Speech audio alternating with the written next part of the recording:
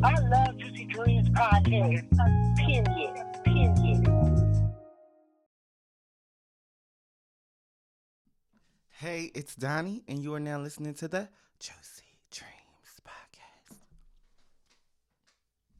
Listen, last night was Dream's balloon release. Yesterday made a year since her passing. Man, I got fucked up. I was tore up last night. Got pulled over, got a ticket. Was eating Wawa. My stomach still hurting. I bought like 10 balloons. They all got tangled together. I was going to get, because I brought some babies with me. I was going to let some of the babies, let some of the balloons go. Um, they all got tied together. And I let them all go. And it was beautiful. Everybody was there. Her family was there. Her grandmother was there.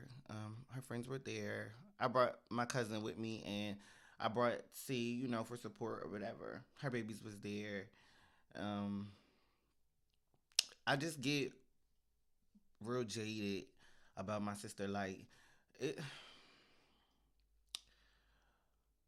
I get tongue tied. Like I don't know what to say. Like I just feel a disrest, and I'm not truly, really, fully healed off of it yet. But honestly, I do love that we still come together in her name. I do think we should do another barbecue this summer like we did last year. We definitely should do something for her birthday. I know we did a night at Dream. It was like a musical event. It was so cute. But I want to redo it, and I want everybody to actually show up this time, especially everybody who collaborated with her and just her musical connections. I know Price need to be in the bill, and even though y'all don't know who these people are, but I just really miss my sister, and I think that going to the balloon release last night just made me feel like, let me put a little bit more in her name. Let me do a little bit more for my sister. Let me do a little bit more to, honor her memory. And, Juicy Dreams is something that we started together. So, yes, this is one thing that I'm doing to honor my sister, but I want to do so much more. And I just am not fully satisfied, and I'm not fully healed. Like, I'm still traumatized. Like, I still feel so weird. And I watch other podcasts. Like, when I was watching Poor Minds, it really struck a really negative chord with me because their relationship is so beautiful, and that's kind of how me and Dre's relationship was. It was more so like she didn't really care about if we did an episode or not. The conversations that were had, you guys were just lucky enough to hear it. Honestly, that's the truth. Not to say, oh, we some gods or something, but it was just kind of like she was. It was an idea that I came up with. She was like, "Yeah, let's do it," and we came up with the name, and we came up with the concept and what we were going to talk about. And she was like, "I got guests I could bring on." Like we just kind of, it was our project. You know what I mean? It was something that we came together on, and watching other people be able to, still do this 8 years strong, 6 years strong, however many years, it hurts me because I know that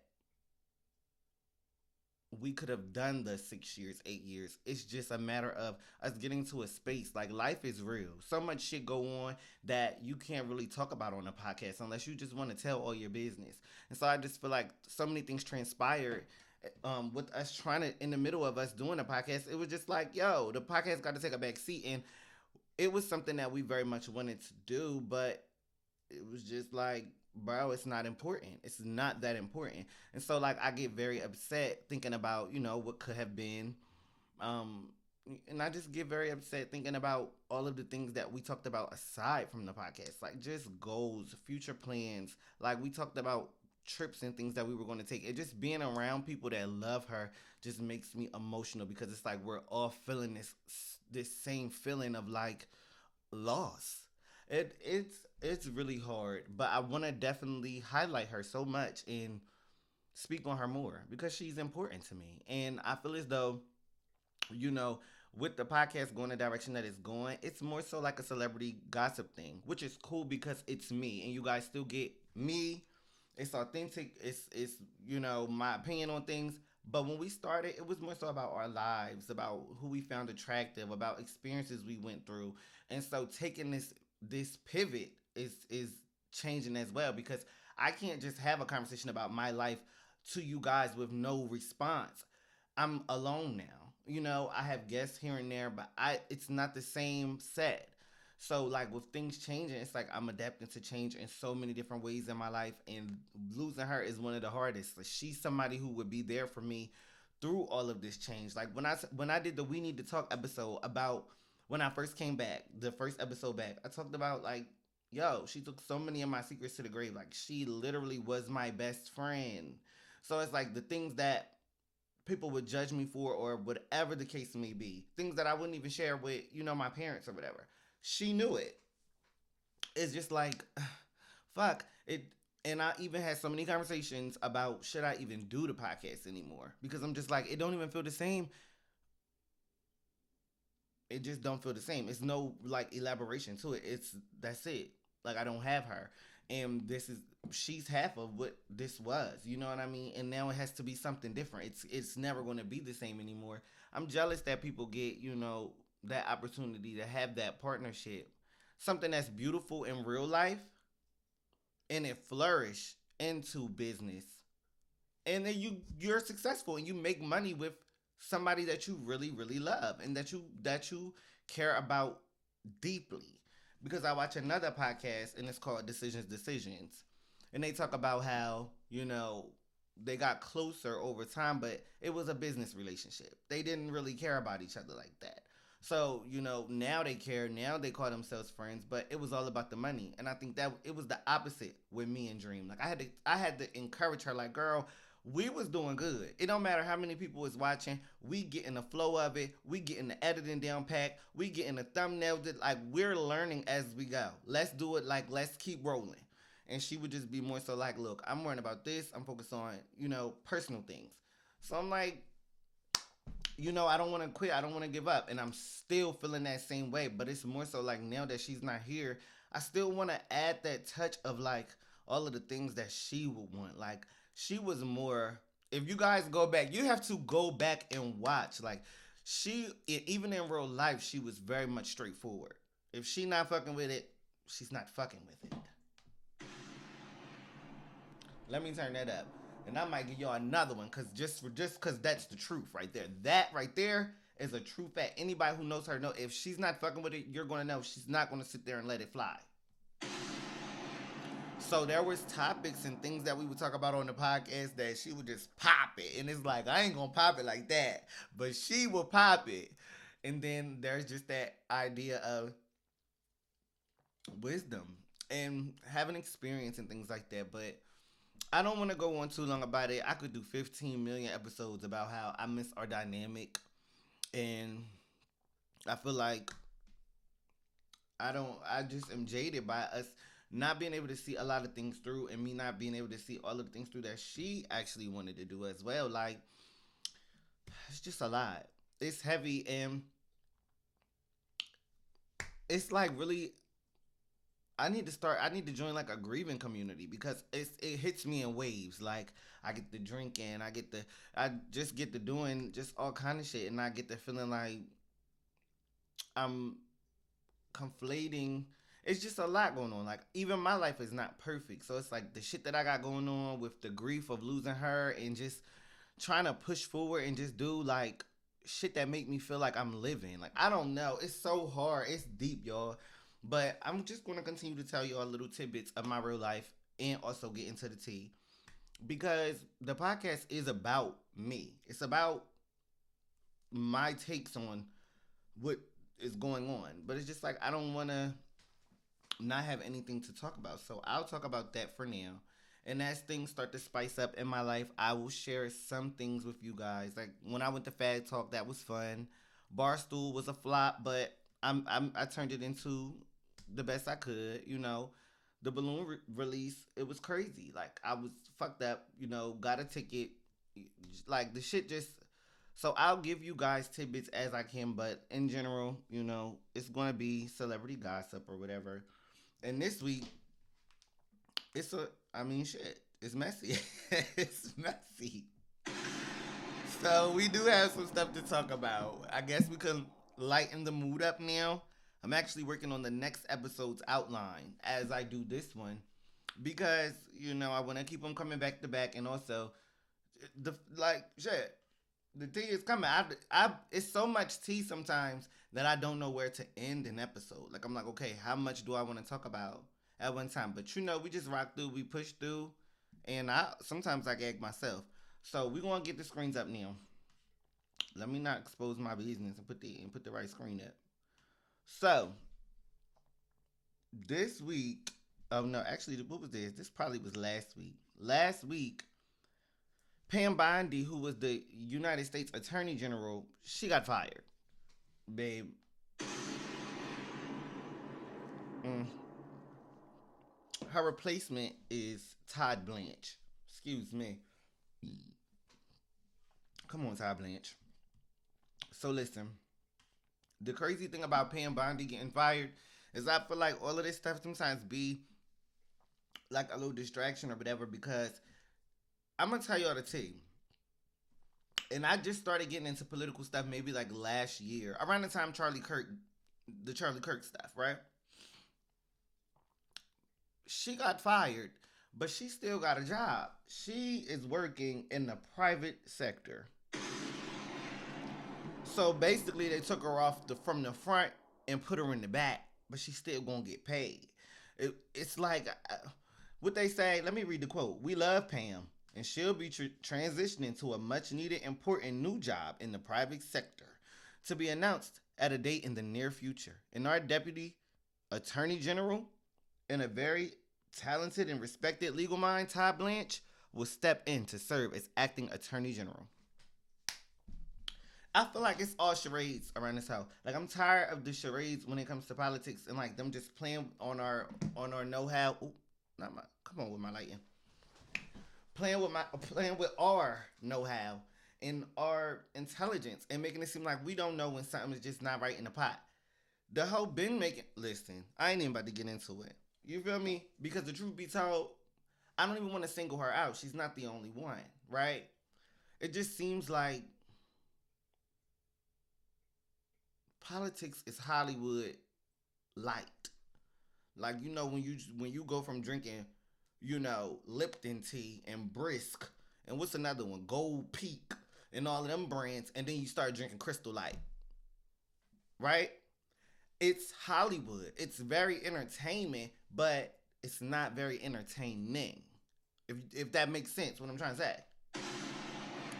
This shit that they do in politics is so performative, right? But the thing about it is, you're not gonna sit down and watch a 8 hour speech of any of these people sit down and talk about a fuck ass thing. You're just not gonna do it. It's boring, right? And if you do that, that means you're up in age and you're still believing the lies. However, you'll watch, a Hollywood movie. You'll watch Euphoria, bitch. Like the thing is Hollywood is just boring, right? It's performative. It feels scripted. They're lying. They're actors. They're actresses. You put on a face. You're one way, and then you're really an evil human being. And I'm not even speaking about Pam, even though she probably fits that shoe. I'm just speaking about the political realm. That shit is so, you know, call Tom Cruise. Like, you get what I'm trying to say? Like, Leonardo DiCaprio. Like, you guys are the finest actors. We just pay you no mind. That's really what's going on. So, she's going to be in the private sector, still doing fuck shit from there, right? That's cool. But I just want for them to stop. Like, I don't know. Like, it just kind of feels like I don't know. They made that a headline for nothing. And that's why I chose to talk about it, because I'm like, well, what are we really getting at? Did she commit a crime? Why is she getting fired? Matter of fact, it don't even matter because y'all still don't want to talk about.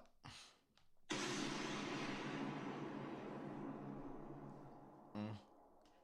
And I wasn't even going to go that route, but that just happened to come to my mind while I was ranting. But we're going to move on because y'all know what I was saying when I said that, right? Y'all know what I was talking about, right? They don't want to talk about that, but they want to talk about Pam. And Pam still has a job, right? She ain't gonna. You know what? It's funny, bro. It's actually quite funny. Like, who cares at the end of the day? So she moved. So if it's a chessboard, she just moves squares. Like, that's all that was. Want it to fall off the bone. Okay. All right, guys. Let me slow my roll.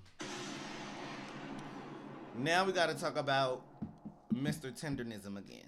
And I know you guys know the last time I talked about him, I was very excited. I was happy. I felt like, oh, W after W.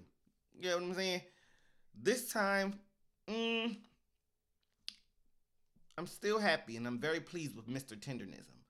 But the smokehouse, the Destination Smokehouse that he came from, that he no longer works at, I don't think that I'm content with them. And let me tell you why. If anybody knows why Mr. Tendernism went viral, he went viral for what his name is, Tendernism. And he had these meats falling off of the bone and he's flinging it around and he's throwing his glasses and he's just, letting you guys know that this meat is literally tender. And I mean, you can only imagine how good it tastes if it's falling off the bone like that, right? So, celebrities get involved, streamers get involved, influencers get involved, and this business makes money. And then we find out that Mr. Tendernism does not own this, right? And we start to side eye like, so he makes the place go viral and he makes this place all this money, but he gets paid hourly? Or he's just an employee? Like, we started to wonder, how can we give the person who's making the meat tender the money? We don't want to give it to this guy on my screen. We want to give it to Mr. Tendernism, right? Cool. Things started to fall apart and he left. Now the meat is no longer even tender, my nigga.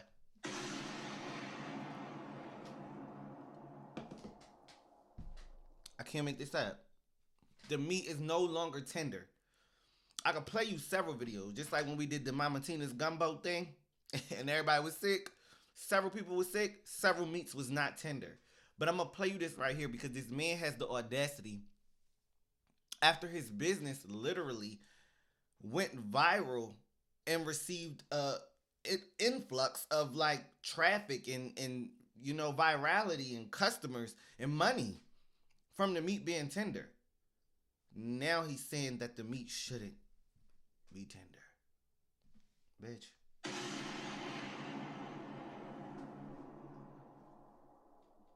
Child. And don't let the Wi-Fi embarrass me. But I'm gonna tell you right now, as soon as the video play, everybody gonna be mad. Because why wouldn't the meat be tender? At a grill, at a grill house. Like, you don't want it to fall off the bone. You don't really want a pulled pork bite of this. You want to taste something where there's more pork flavor, more integrity left to the meat. But look at that bark. Look at that shine and glisten. Let me take a bite. And that's what we call a perfect bite through. See how there's no meat left on the bone where I bit, but it's still hanging on? But look at this.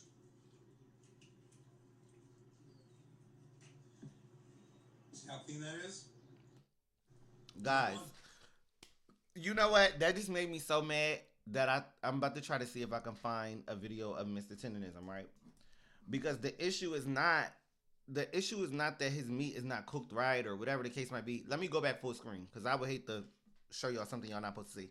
But the issue is not that meat wasn't tender or whatever the case may be. The issue is that this man went viral for flinging the meat off of the bone. This man went viral for doing this and the meat fall off, right? So you're not going to be able to tell me now, oh, and look at this, and pull the meat off the bone and think that anybody's going to get... Nobody cares about you pulling the meat off the bone. Nobody cares about you taking a clean bite. Your restaurant went viral because the meat literally fell off of the bone. That's it. So we don't care about nothing else.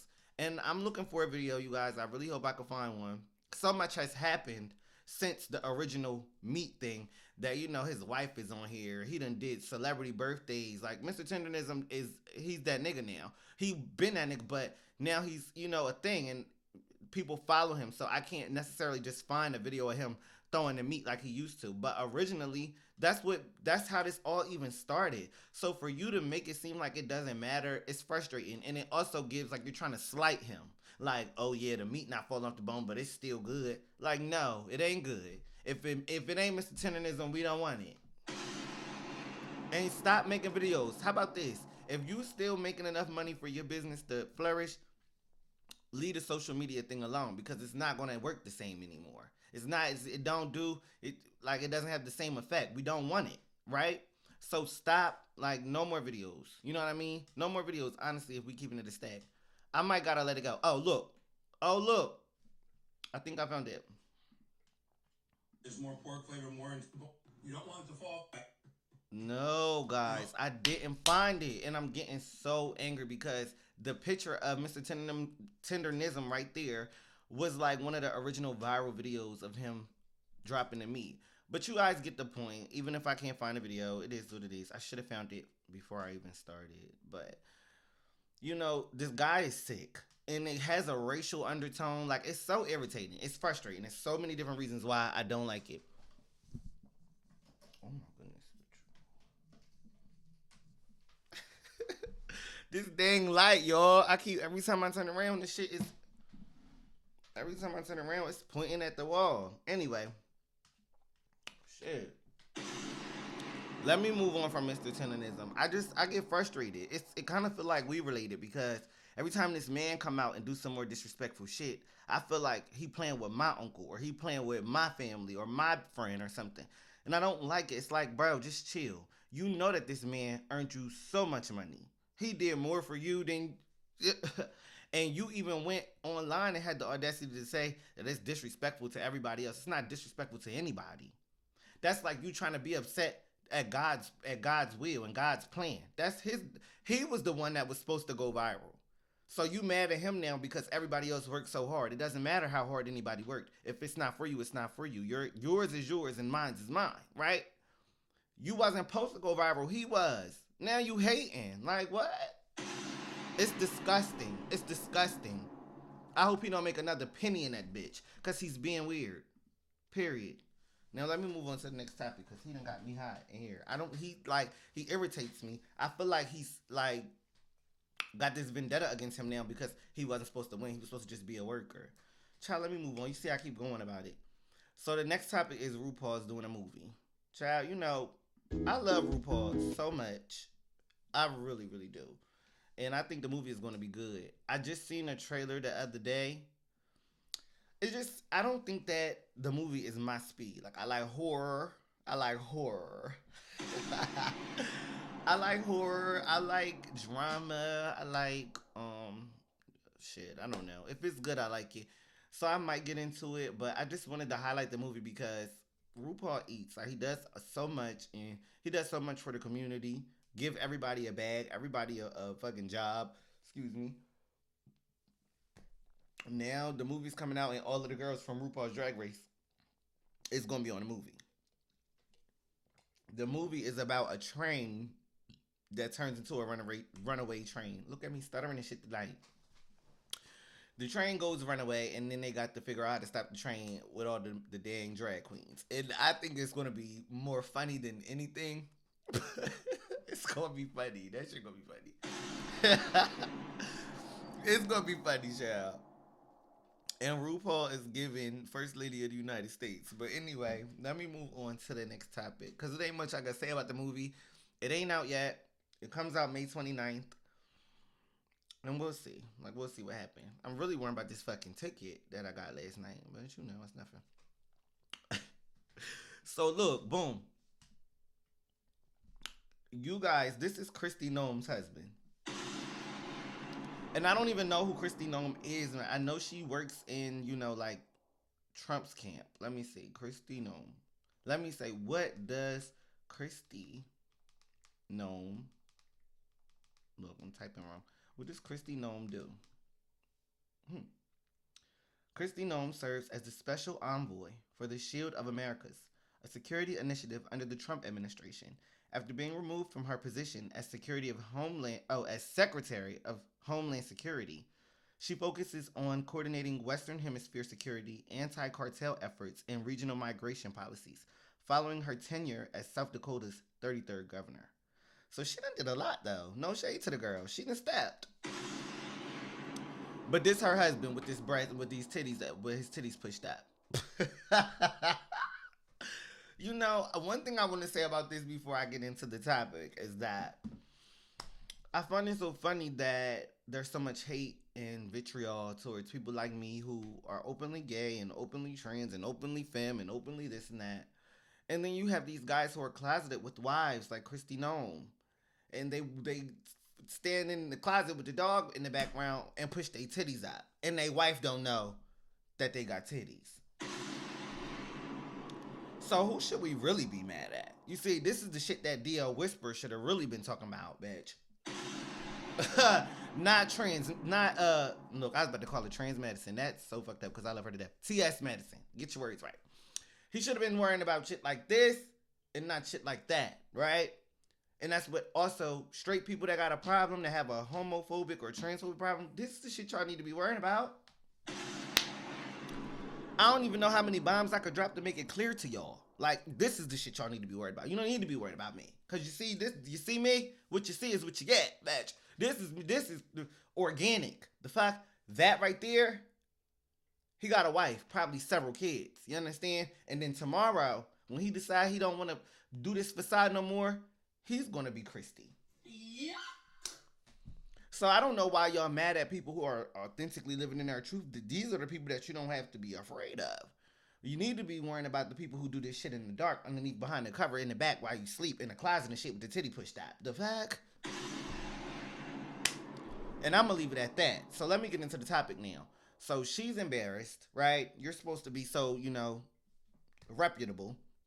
And your man in the closet with his titties pushed up, and you're none the wiser. You saying you had no clue. So, like, we're all just disturbed. We're all taken aback. This was like a week ago. They still clowning her. And they probably, she won't live it down. I don't know if divorce comes after this or if she has a conversation with him about his titties in private. But the situation is just, it's way too dire. It's way past the point of concern. You understand? It's bad. Because she's out here poking up her chest and popping it like she doing her job. And she very well may be. She very well may be. I don't know. But this what your nigga doing.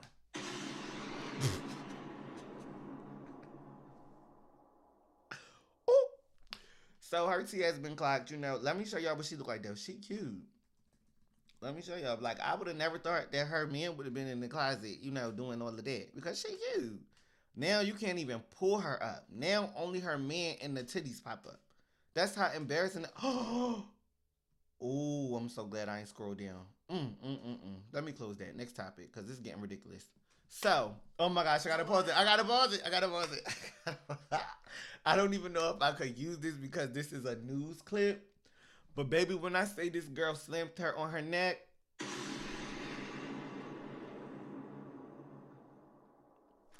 now I was laughing, but I'm about to get mad. Why would she slam her on the news? No sound effects. No jelly. Why would she? What the fuck? Why would, and then when I said this on Instagram, somebody gonna respond to me like a know-it-all and gonna say, well, because she asked her to. If you ask me to shoot you, do you want me to really do it? She wanted to know how to do a suplex. She didn't want to be slammed on her neck. I don't care what nobody says. I don't care what nobody say. This lady just wanted to do a cute little thing because she's a news reporter. She was doing her job. She didn't think that she was going to get tossed this way and tossed that way. And then her neck was going to have that. She was going to have that everlasting pain and feel it tomorrow. That's not what she signed up for. I'm telling y'all have to watch it, because when I seen it, I was mad. Because, I like to give news reporters sometimes. I can give a very clear voice. We can speak, very adamantly about what's occurring in this moment. We can get details from the, citizens that are on standby. And then we can report back to the guys that are at the home base. Guys, what are you saying? You know what I mean? Like, I could give news reporter if I wanted to. So I kind of felt her in this moment. Like, damn, like, I'm trying to do my job. Like, bitch, just slam me. Like, y'all, all right. Y'all probably feel like I'm doing the most. But I have to show it to you. Then you will know that I'm not doing the most. This is actually crazy. Like, she threw this girl on her neck. I don't know. I'm going to turn it down because it's Fox News. And I know they like to get you. Fox News don't play. So y'all going to have to watch this lady get slammed in silence. Baby, she about to throw her on her fucking neck. On the neck. Oh! Let me run it back one more time, bro. See, matter of fact, no. I'm going to let the full video play out. She asked her. She said, "How do you do it? How do you do it? Show me how to do it." So look, the girl just looking at her, laughing, knowing she about to tear her ass up. Looking at her, she like, "Put your arms up." She puts the arms up. She grabs the girl, boom, throws her on her neck.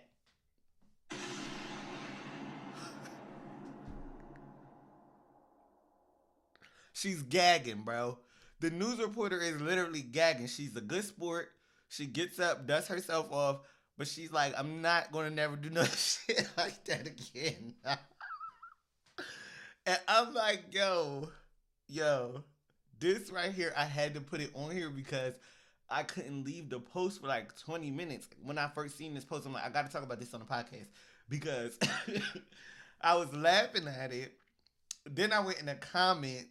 I watched it for like 5 minutes back to back. I'm looking at the lady. Look at her face. She's smiling ear to ear. She couldn't wait to slam this bitch on her neck. Like, something is wrong with this lady. Like, she, like, bro, I'm telling you, this lady is not right in the head. She was so happy to do her. She was so happy. So that fucked me up. I watched it several times. After I watched it, I went in the comments.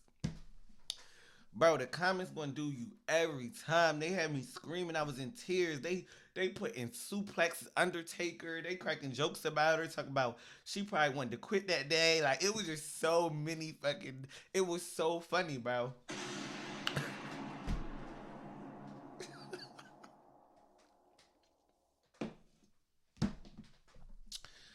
I gotta get myself together so I can move on. I can't believe that happened on the fucking news. Like, I mean, I know they play a lot on the news. Like, they like to dance and, make references to pop culture and all of that.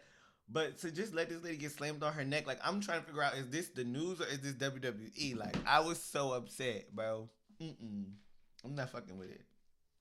So, so let me move on to the next topic, child. Cause, ew, shit. That tore me out the frame. Reginae went on Poor Minds, and I really thoroughly enjoyed it. Like, me and Reginae are the same age. I think I might be a little older than her or younger than her. I don't know, but probably by just only a few months.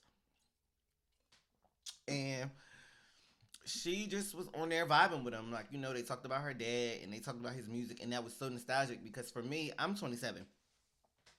I was born in 98. So, like, that Lil Wayne era, I fully lived it. Like, I didn't live the hot boy shit or whatever. I was like a baby or probably wasn't born. But that call me so I can get it juicy for ya, and call me so I can get it juicy for call me. You know what I mean? Like, I was there. I was there for that 6 foot, 7 foot, 8 foot. You feel me? I was there for. I'm Italy. I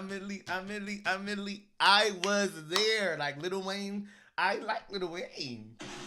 I do. You know what I'm talking about? Like, and I love Toya and I love Reginae. So I really enjoyed the interview. She spoke on a lot of stuff. They talked some sexual stuff, relationship shit. But I just think that I envy Poor Minds a lot. Them bitches is 10. They're a little bit older than me too. Like, they probably got me by 7 years, 8 years, whatever.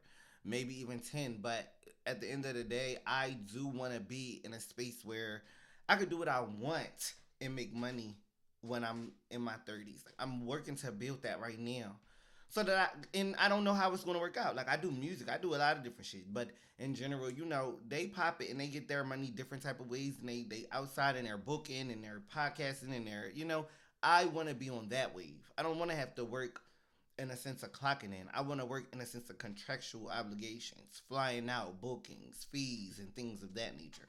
So that's something that I work towards, and I look at them and I just be like, it's not unattainable. These hoes is regular. Well, not calling them hoes in the back. I gotta watch how I be saying stuff because I don't know how people gonna take it, but these ladies are very regular. They just are talented in the podcasting field, and they've been able to make a living for themselves. But when it comes to Reginae's being on a podcast, I enjoyed it. I think they all meshed really well together. And I don't think Reginae really ducked too much smoke. When people do interviews or podcasts and stuff and they get on there and they act like they can't, share too much of themselves. She shared and she, gave us a taste of Reginae. And I found out that she had a podcast through this podcast. I'm not sure if I have enough time to add Reginae to my watch list. I already watch a shitload of people. But I do like Reginae, and I thought that the podcast was a really good representation of her, and she always represents her dad very well. Like, she don't do a lot of drama. She talked about, not having kids yet, and she wants to, pick the right one. So she just, I don't know. I fuck with Reginae, bro. I do. I really do. And I think her mama instilled a lot of them values in her. And I think that I relate to her in that way, too. Because it's like, I did a lot of shit my mom wouldn't be proud of. Like, I wasn't raised that way. But if I was to behave the way I was raised, then you guys would be looking at me like Michelle Obama or something, because my mom really did instill a lot of things like that into me. And if you watch how she move, she like a class act, you know what I mean? And I think that Toya is the same way. Like, Toya is very much, classy, composed, and she carries herself very well. People look to Toya, for different things, not because she out here outside popping it and shit. But yeah, I enjoyed that. I don't really have too much more to say, but I fuck with that. And I gotta go back to this Brandy topic, unfortunately. So look, I know we talked about Brandy getting her star and releasing her book, and I did vaguely talk on her saying some messy shit inside the book about her being a child and him being an adult. Well, I did a little bit more research, and over the past week, viral clips have been going viral from old interviews, and people have been digging. You know how the internet works. So they found out that this guy is Wanya Morris. And, am I saying his name right? Wanya Morris. Don't let me say the wrong name, Jeff. Is it Wanya Morris? How long as I don't have time for this shit, y'all? I should have already knew what I was talking about. Morrison or something. Anybody who knows Wanya should know Wanya, so I shouldn't even really have to. It's Wanya Morris. Okay. Shit, look at me. Not even trying to verify this shit. Like, I gotta do better. So I verified it. I got it right. Now, look. She cleared it up now, baby. This is who I'm talking about. The interviews is going viral and him saying he smashed Brandy. She was old enough to get it, and all this other weird, very predatory language. So people are triggered by it, and now people are more so on Brandy's side, as opposed to back in the day, I guess, when they tried to judge her for it. So she says in the book, the shame ends here. The silence ends here. I was not a fast girl with a crush. I was not a dramatic teenager who couldn't handle rejection. I was not an unstable, obsessive fan. I was a child, and he was an adult. And it's time the world understood the difference. You know what I'm trying to say? Like, goddamn. Like, boom, damn. Like, I mean, she kind of said it all right there, but I guess I should read some more because this is a direct quote from the book, which I don't have yet. I might get the book. I don't know. I want to write my own fucking book. Let's get into it. She said, I was in over my head sneaking around with Wanya, and lying to my parents had become a constant. Explaining that she had maintained the image of waiting until she turned 18 to avoid backlash. As the relationship progressed, she recalls noticing troubling patterns, including him comparing her to artists like Mariah and becoming increasingly distant. These are the things with the hindsight that you realize are wildly obvious signs of something wrong. The relationship ended after she discovered that he had been unfaithful. Looking back, Brandy challenged how it had been framed over the years, stating plainly, I believe he took advantage.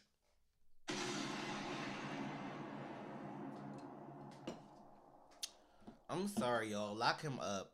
I know a lot of people going to be like, oh, no. Bro, I'm so tired of... It's the year 2026. I'm so tired of us acting like the shit that they was doing in the 90s is okay, bro. It's not okay. And even still, like, this is why I'm saying, like, about a podcast, how much I really be wanting to open up. Like, even shit happened to me. Like, me being 16 and me being in high school, I was dealing with niggas that was very much grown. I'm not lying, can't make this shit the fuck up, and it's not cute. But you don't even really realize that shit until you get older, because like she said, the advantage be taken. Like, a motherfucker be older than you and they know better. Like, so I just feel like lock him up. Like, I feel like it's irritating that, the people that was younger, like, they got painted as being fast, or they got painted as being whores and stuff like that. When, honestly, I'm gonna keep it a buck. When you start going through that puberty phase, you be horny as shit. I feel like adults should just be knowing better and should not be on no timing with nobody that's not of age. Understand, like, if you're 16, 15, you probably is trying to hump on something, but you should be humping on something that's your age. Nothing above 18, nothing above nothing. If you're a kid, you're a kid. And kids probably do be humping because that's the puberty. That's like the teen phase. That's the teen pregnancy, teen mom. Like, we're not about to act like we don't know what's going on. However, I just feel like, bro, when do we get to a point of holding these adults accountable when they're doing shit that they don't have no business doing? I don't know how old he was, but if she was 16 years old, baby, that's not 18. And too often do we get comfortable with people dealing with 16-year-olds and they above 18. Like, bro, if you can't wait for somebody to be 18, that's even worse.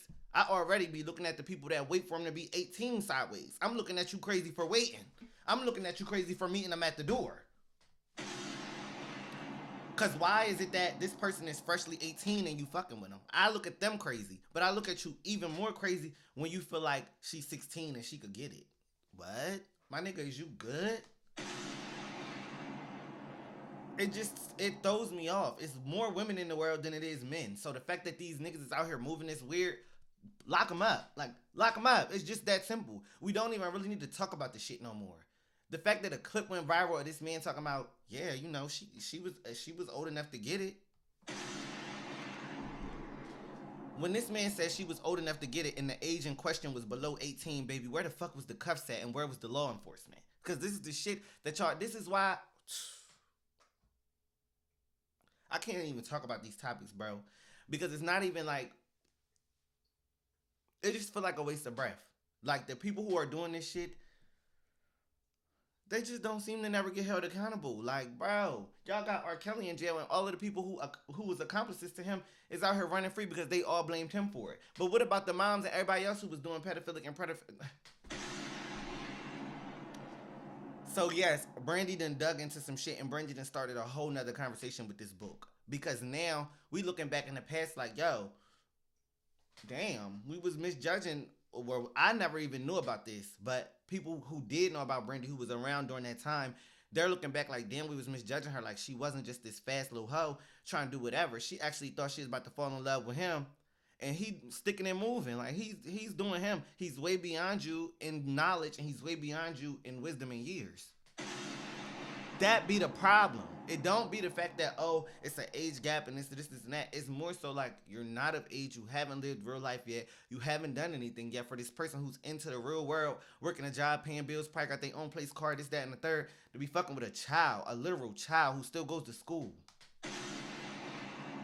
And even though, granted, she probably wasn't going to school because she was a celebrity, but that's neither here nor there. You knew the age bracket that she was in. You knew that she was in that teenage phase of not truly reaching adulthood. And so you went ahead and did what you did anyway. And I just feel like that shit's disgusting. It got to stop. And I feel like it's not going to stop until niggas start really suffering real consequences, like getting their shit castrated. Like getting a death penalty. Like going to fuck the jail. Yeah.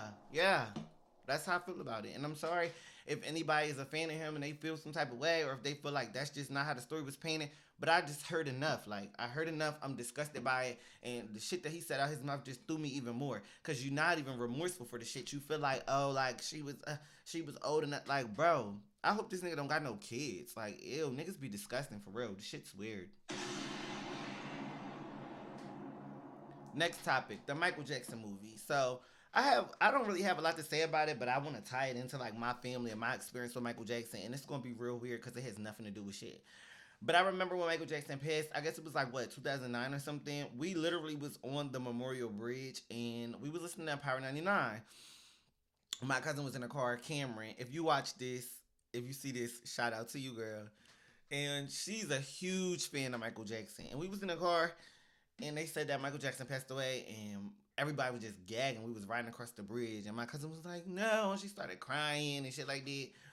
So, like, I feel like Michael Jackson, I had a real weird relationship with Michael Jackson until I became, like, older, right? When I was growing up, I was scared of Michael Jackson because they always used to paint him like a predator, for one, and then for two, like, they used to do these weird faces, like, they used to play, like, with his nose and stuff like that a lot, and make him look like a skeleton, and just do all of this weird shit to Michael Jackson. I really don't. Now that I'm fully an adult and I understand and I've done my own research, it's really disgraceful. But growing up, I definitely didn't want shit to do with him, and my cousin was a big fan.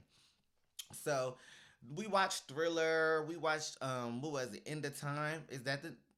Is no? It's Remember the Time. Look at me, sounded dumb. we watched just little videos that used to be on Music Choice. You know what I mean? Like, we used to watch videos together because she liked him and I liked Beyonce and shit like that. You know, I'm gay, bitch. I was into the other shit.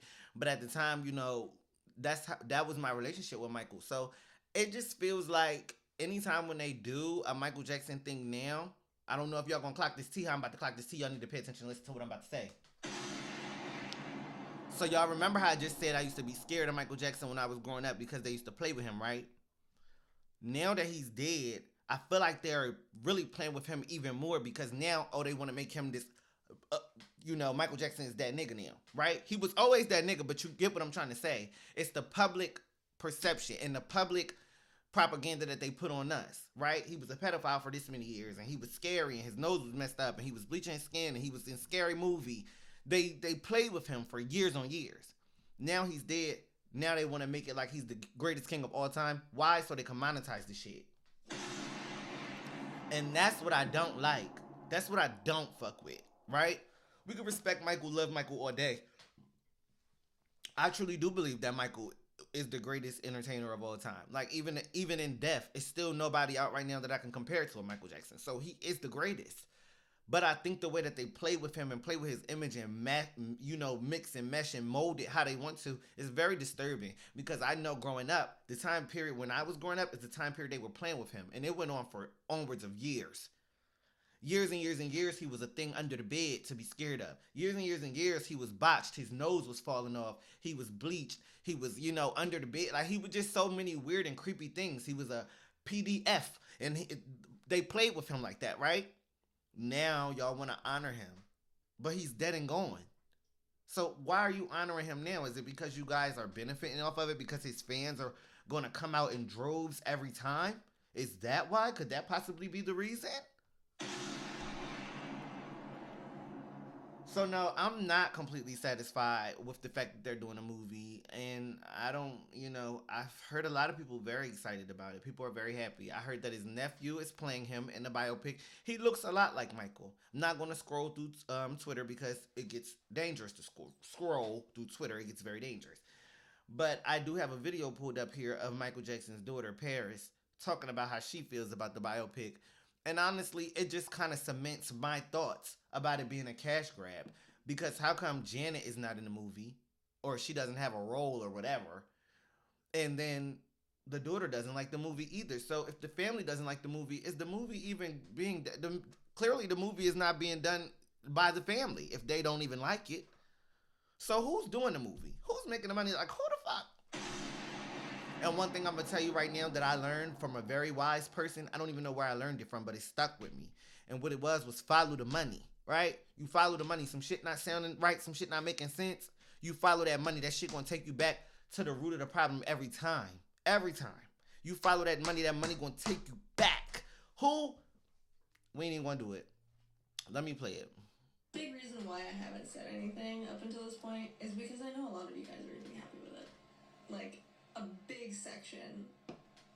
The film panders to a very specific section of my dad's fandom that still lives in the fantasy, and they're gonna be happy with it. The thing about these biopics is it's Hollywood, so it's fantasy land. It's not real, but it's sold to you as real, and a lot of sugar-coated, like the narrative is being controlled, and there's a lot of inaccuracy, and there's a lot of just full-blown lies, and at the end of the day, like, that doesn't really fly with me. I don't really like dishonesty. I spoke up, I wasn't heard, I off. That's it. Y'all are gonna like the movie, so just go watch it, go enjoy it, do whatever, leave me out of it. Something that, like, quite a lot of people are saying is, like, she hates her dad. She resents him. She wants nothing to do with him. Because I'm not, like, calling the shots on set, being a big shot producer of a movie that's filled with just inaccuracies. That's not my truth. That's not where I'm coming from. I just prefer honesty over, like, sales and monetary gain. Like, that's it. And I kind of just don't want anything to do with that. Well, that was my last topic. I feel like I pretty much, I feel like I said how I feel about it. Like, it just feel like a cash grab. And if his daughter don't feel like it's a good movie, and she feel like, oh, y'all just gonna eat it up because y'all sheep, or oh, y'all just gonna eat it up because y'all fans and y'all don't know the background of what's really going on, then I think that I heard all that I need to hear to know that some shit's not right. I won't be watching the movie. I really never was. I didn't even really watch that full. You know that other movie? What's it called? American Dream. That movie's like 5 hours long. What the fuck? So like, you know, they used to play that on BET all the time, and I used to watch, you know, sections of the shit, but I never even seen that movie. So for me to invest in a Michael Jackson movie at this point in time, I'm not sure if I'm going to do it. I don't really know if I will. If somebody wants to take me on a movie date to go see it, okay, that's cool. But I don't see myself sitting up here spending some money to go see a movie about some shit that the daughter don't even want. You get what I'm saying? That Janet Jackson don't even want. Like, at a certain point, it gets to a point. Are you a fan, or are you just like, what are you really doing? Because would Michael even want the shit, or is Michael rolling in his grave that they keep fucking playing with him, making movies after movies after movies when they killed his ass? Like, it just, I don't know what the fuck be going on. And I don't know if people even be using their brain, or if they just be wanting to be entertained. Like, at this point, you guys just want to be entertained. And one quote that, what did Nikki say? I'm going to pull up this quote. This is going to be what I'm going to leave you with. Because I do affirmations all the time. But this ain't going to be an affirmation. This going to be, I'm going to clock y'all's tea. Right?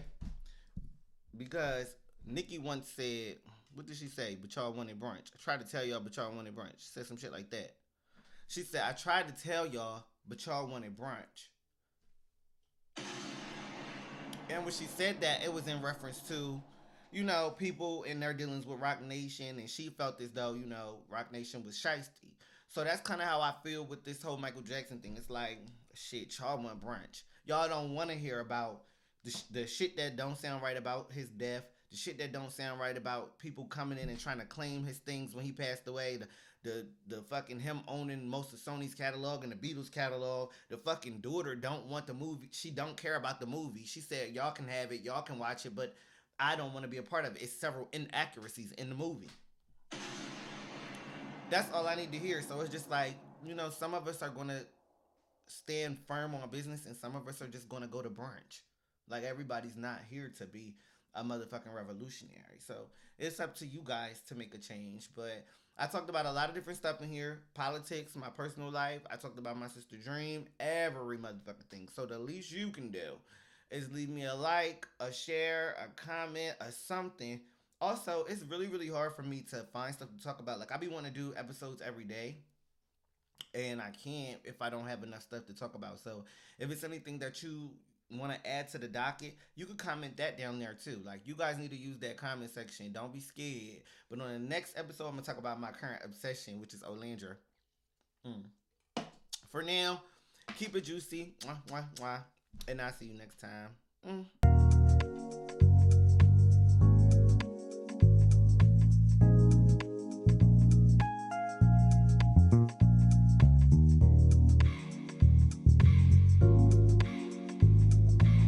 I love Juicy Dreams podcast. Period.